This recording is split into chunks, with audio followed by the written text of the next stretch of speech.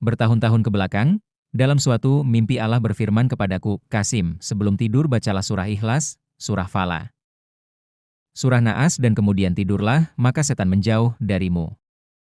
Aku senantiasa melakukan ini, membaca 3 kul, selama bertahun-tahun. Assalamualaikum teman-teman. Ini spesial buat kalian yang sering kena gangguan jin, gangguan setan, mungkin kena ilmu hitam seperti santet, dan mungkin yang ringan adalah sering kelindihannya. Ini adalah amalan yang wajib kalian lakukan sebelum tidur, yakni baca 3 kul, ditambahi sholawat juga boleh. Ada sedikit cuplikan pesan dari Allah dalam mimpi Muhammad Qasim. Bertahun-tahun ke belakang, dalam suatu mimpi Allah berfirman kepadaku, Qasim, sebelum tidur bacalah surah Ikhlas, surah Falaq, surah Naas dan kemudian tidurlah, maka setan menjauh darimu.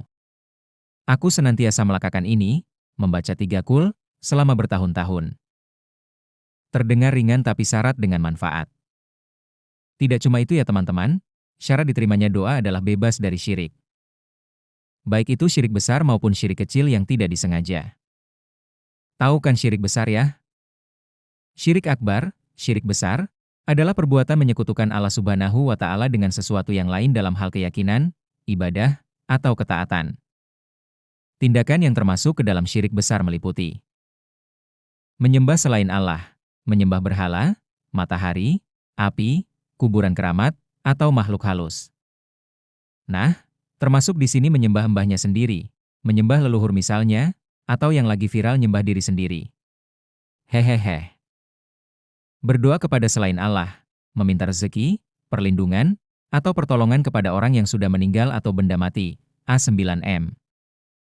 Ini sering ya, misalnya minta mbahnya yang udah mati buat melindungi dia, atau rezekinya dilancarkan, mbahnya yang udah mati aja gak bisa bangun lagi, mau melancarkan rezeki bagaimana? Itu masuk kategori syirik yang besar. Gak boleh menyembelih hewan untuk selain Allah, misalnya menyembelih kerbau atau kambing yang ditujukan untuk penunggu tempat angker, laut, atau gunung. Sihir dan dukun, mempercayai ramalan dukun, menggunakan ilmu hitam, atau meminta bantuan jin. Ateisme, tidak meyakini adanya Tuhan sama sekali. Syirik kecil, syirik asghar, adalah perbuatan dosa yang bertentangan dengan kesempurnaan tauhid. Berbeda dengan syirik besar, dosa ini tidak mengeluarkan pelakunya dari agama Islam dan hanya menghapuskan pahala dari amalan spesifik yang tercampur dengannya, namun tetap merupakan dosa besar yang sangat berbahaya.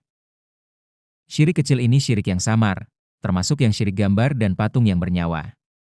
Apa itu? Yang dilarang dalam Islam untuk digambar adalah asyurah, yaitu gambar makhluk yang bernyawa. Adapun gambar makhluk yang tidak bernyawa, tidak terlarang untuk digambar. Di antara dalilnya adalah hadits berikut. Dari Sa'idi bin Abi Al-Hasan berkata, aku pernah bersama Ibnu Abbas radhiyallahu anhu ketika datang seorang kepadanya seraya berkata, wahai Abu Abbas, pekerjaanku adalah dengan keahlian tanganku yaitu membuat lukisan seperti ini. Maka Ibnu Abbas berkata, yang aku akan sampaikan kepadamu adalah apa yang pernah aku dengar dari Rasulullah Shallallahu alaihi wasallam.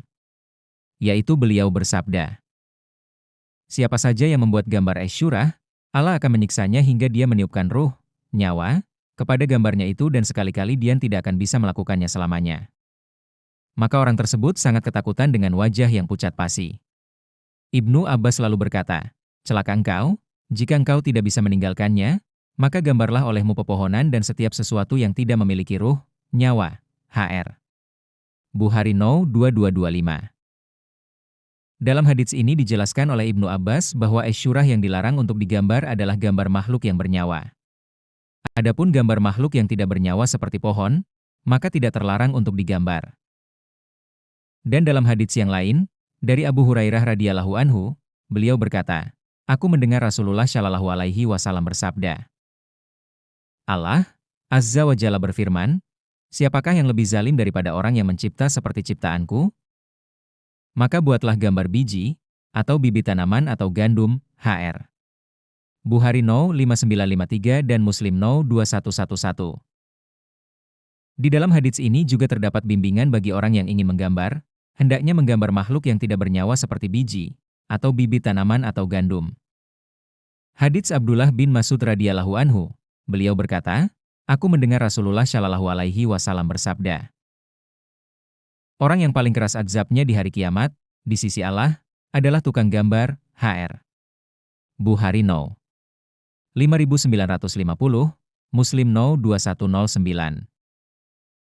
Dalam hadits Ibnu Umar radhiyallahu anhuma, bahwa Rasulullah shallallahu alaihi wasallam bersabda, orang yang menggambar gambar-gambar ini, gambar makhluk bernyawa, akan diazab di hari kiamat, dan akan dikatakan kepada mereka, hidupkanlah apa yang kalian buat ini, HR. Bukhari No. 5951, Muslim No. 2108. Dari Aisyah radhiyallahu anha, bahwa Ummu Habibah dan Ummu Salamah menceritakan ada gereja yang mereka lihat di Habasyah, di dalamnya terdapat gambar-gambar makhluk bernyawa. Mereka berdua menceritakan hal tersebut pada Rasulullah Shallallahu Alaihi Wasallam. Beliau lalu bersabda, gambar-gambar tersebut adalah gambar orang-orang yang dahulunya merupakan orang syalih lalu meninggal. Kemudian dibangunkan tempat ibadah di atas kuburan mereka, dan digambarlah gambar-gambar tersebut. Orang-orang yang menggambar itu adalah orang-orang yang paling bejat di sisi Allah di hari kiamat. HR.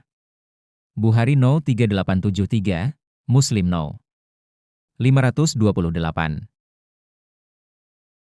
Jadi jika kita melakukan syirik maka amal yang kita lakukan tidak akan diterima oleh Allah.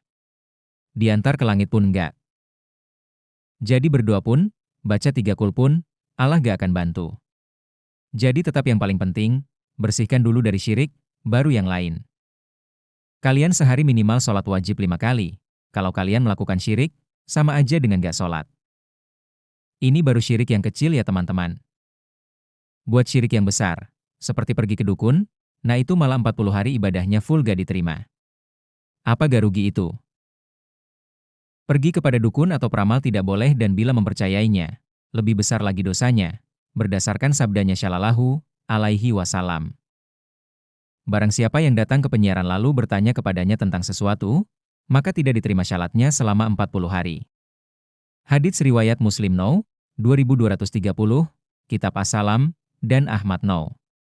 22711. Jadi gak bisa dicampur ya teman-teman. Kalau ada yang bilang, kedukun punya amalan biar rezekinya lancar, melakukan ini itu. Terus ditambah ke kiai, melakukan ini itu. Biar nanti makin lancar, jalan keduanya. Ya ke dukun ya ke kiai. Ya, Allah malah menjauh 40 hari gak akan lihat amalmu sama sekali. Paham ya sampai sini? Berikut 5 manfaat membaca surat An-Nas setiap hari. 1. Mengobati penyakit demam. Salah satu manfaat surat An-Nas dapat menyembuhkan seseorang dari penyakit seperti demam tinggi. Asbabun nuzul surat An-Nas dan Al-Falaq ini berkaitan dengan sakit yang dialami Nabi Muhammad SAW karena disihir orang Yahudi. Dalam tafsir Al-Qumi dan tafsir Al-Burhan diceritakan, suatu ketika Nabi mengalami sakit demam yang tinggi, lalu malaikat Jibril dan Mikail datang membawa surat Al-Falaq dan An-Nas untuk menyembuhkan beliau. Malaikat Jibril membaca surat Al-Falaq dan malaikat Mikail membaca surat An-Nas hingga beliau sembuh. 2. Pelindung dari sihir. Surat An-Nas juga berhasiat menjaga seseorang dari sihir yang dilakukan orang-orang dengki. Jika surat ini dibaca bersama surat Al-Falaq, maka seseorang akan dilindungi dari kejahatan sihir. Pada masa Nabi, surat An-Nas dan Al-Falaq sering dibaca untuk melindungi perbuatan jahat dan sihir orang lain. 3. Pelindung dari gangguan setan saat tidur.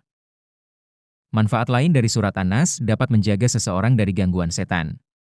Sayyidah Aisyah radhiyallahu anha menceritakan kebiasaan Rasulullah Shallallahu alaihi wasallam membaca 3 surat sebelum tidur yaitu Al-Ikhlas, Al-Falaq dan An-Nas. Bahwasanya Nabi Muhammad Shallallahu alaihi wasallam apabila pergi ke tempat tidur setiap malam, beliau mengumpulkan kedua telapak tangan beliau, kemudian meniupkan dalam terbukanya dan membaca surat Al-Ikhlas, surat Al-Falaq dan surat An-Nas. Kemudian dengan kedua telapak tangan itu, beliau mengusap tubuh beliau, dimulai dari kepala dan wajah serta anggota tubuh lainnya. Beliau melakukan hal itu sebanyak 3 kali. HR Al-Bukhari. 4. Melindungi seseorang dari bahaya penyakit Ain. Penyakit Ain adalah penyakit yang timbul dari pandangan mata yang dengki yang dapat mencelakai seseorang. Penyakit Ain ini mudah dideteksi, misalnya anak, bayi, suka menangis, rewel dan tiba-tiba panas demam. Atau seseorang yang mengalami demam, sakit perut, sakit kepala. Bagi yang pernah mengalami hal di atas dianjurkan membaca Al-Fatihah dan surah Al-Falaq dan An-Nas sebanyak 3 kali. Kemudian ditiupkan kepada yang sakit atau dengan memegang bagian tubuh yang sakit. Maka penyakitnya akan hilang dengan izin Allah. 5. Menjaga seseorang dari segala keburukan. Dalam satu riwayat disebutkan, Rasulullah Shallallahu Alaihi Wasallam pernah berkata kepada Ibnu Abbas, "Maukah engkau aku tunjukkan suatu perlindungan yang lebih utama dari perlindungan yang biasa diucapkan orang-orang?" "Tentu ya Rasulullah," jawab Ibnu Abbas. Kemudian Nabi bersabda, "Qul a'udzu birabbil falaq." Katakanlah, "Aku berlindung kepada Tuhan yang menguasai subuh," dan "Qul a'udzu birabbin naas." Katakanlah, "Aku berlindung kepada Tuhan yang memelihara dan menguasai manusia," yaitu 2 surat ini. Riwayat lain, beliau bersabda, "Wahai Ibnu Abbas, maukah kamu aku tunjukkan sesuatu yang paling baik digunakan untuk berlindung?" Ibnu Abbas menjawab, "Ya wahai Rasulullah." Beliau pun bersabda, "Qul a'udzu birabbil falaq dan Qul a'udzu birabbin nas," 2 surah ini. HR An-Nasai. Jadi baca 3 kul ini bukan karangan Muhammad Qasim loh ya teman-teman. Nabi Muhammad sudah melakukannya sejak 1500 tahun yang lalu. Jadi mulai sekarang kalau bobok baca 3 kul biar gak diganggu sama jin dan setan. Nanti malah mimpi yang enggak-enggak. Selain itu Muhammad Qasim juga mengatakan untuk baca surah Al-Kahfi kalau bisa pagi dan sore. Atau kalau tidak sanggup, cukup 1 kali pada sore hari. Surat Al-Kahfi ditujukan untuk menghindari fitnah Dajjal. Karena hari ini pun Dajjal sudah ada, cuma Dajjal merasa kekuatannya masih kurang untuk menundukkan dunia. Tapi Dajjal sudah menyebarkan fitnahnya sejak beberapa tahun lalu. Muhammad Qasim mengatakan beberapa helper ada yang terkena fitnah Dajjal. Ini bukan omong kosong ya teman-teman. Muhammad Qasim mengatakan bahwa Dajjal itu namanya adalah Abdurrahman. Hanya 1 orang ya. Dajjal hanya sebuah julukan. Sama seperti Imam Mahdi namanya bukan Imam Mahdi. Dajjal pun punya nama layarnya orang pada umumnya. Nah makanya itu disuruh baca Al-Kahfi. Wajib ya. Daripada ikut Dajjal kan berabe. Berikut ini adalah 10 keutamaan membaca surat Al-Kahfi. 1. Dosa di antara 2 Jumat diampuni. Rasulullah Shallallahu Alaihi Wasallam bersabda, "Barang siapa membaca surat Al-Kahfi pada hari Jumat, maka Allah akan memberikan cahaya baginya dari hari Jumat itu hingga Jumat berikutnya." HR Al-Hakim dan Al-Baihaqi. Ini menunjukkan bahwa membaca surat Al-Kahfi di hari Jumat akan menghapus dosa-dosa yang dilakukan di antara 2 Jumat, memberikan kita kebaikan dan pengampunan selama 1 pekan. 2. Terhindar dari fitnah Dajjal. Surat Al-Kahfi dikenal sebagai salah satu surat yang dapat melindungi kita dari fitnah Dajjal. Rasulullah Shallallahu Alaihi Wasallam bersabda, "Barang siapa menghafal 10 ayat dari awal surat Al-Kahfi, maka ia akan terpelihara dari kejahatan Dajjal." HR Muslim. Fitnah Dajjal adalah ujian terbesar yang akan dihadapi manusia di akhir zaman, dan dengan membaca serta mengamalkan surat ini, kita dapat mendapatkan perlindungan dari fitnah tersebut. 3. Dipancarkan cahaya saat hari kiamat. Surat Al-Kahfi juga memberikan keutamaan berupa pancaran cahaya pada hari kiamat.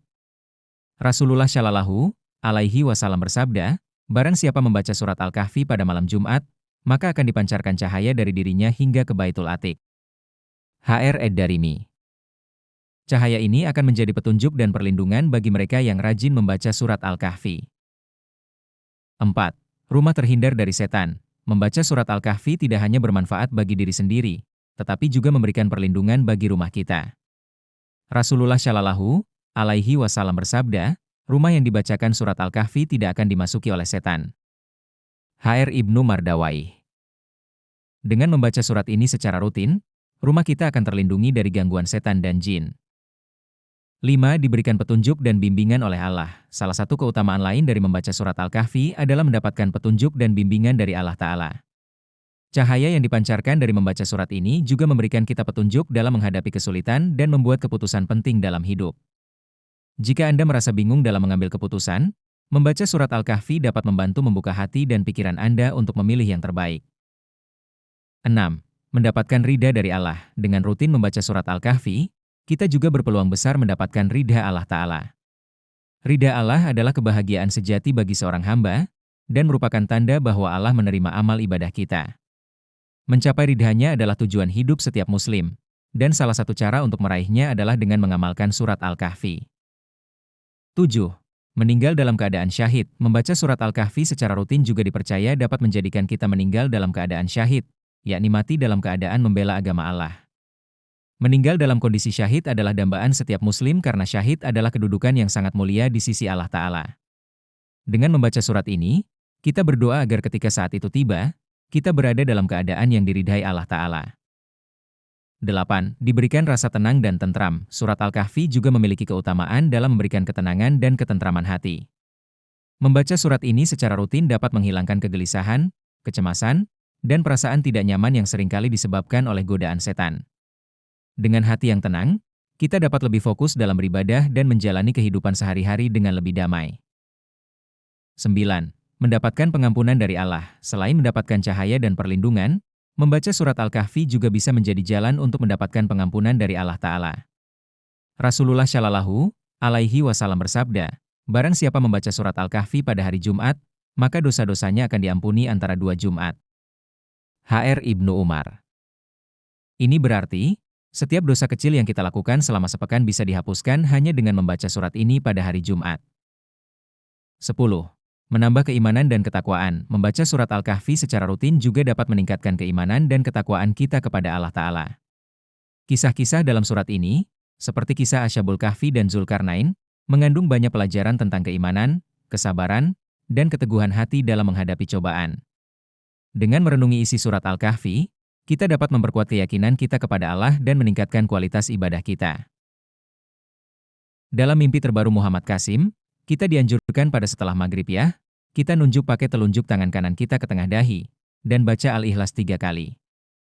Karena Dajjal pergi ketika dibacakan Al-Ikhlas di dahinya.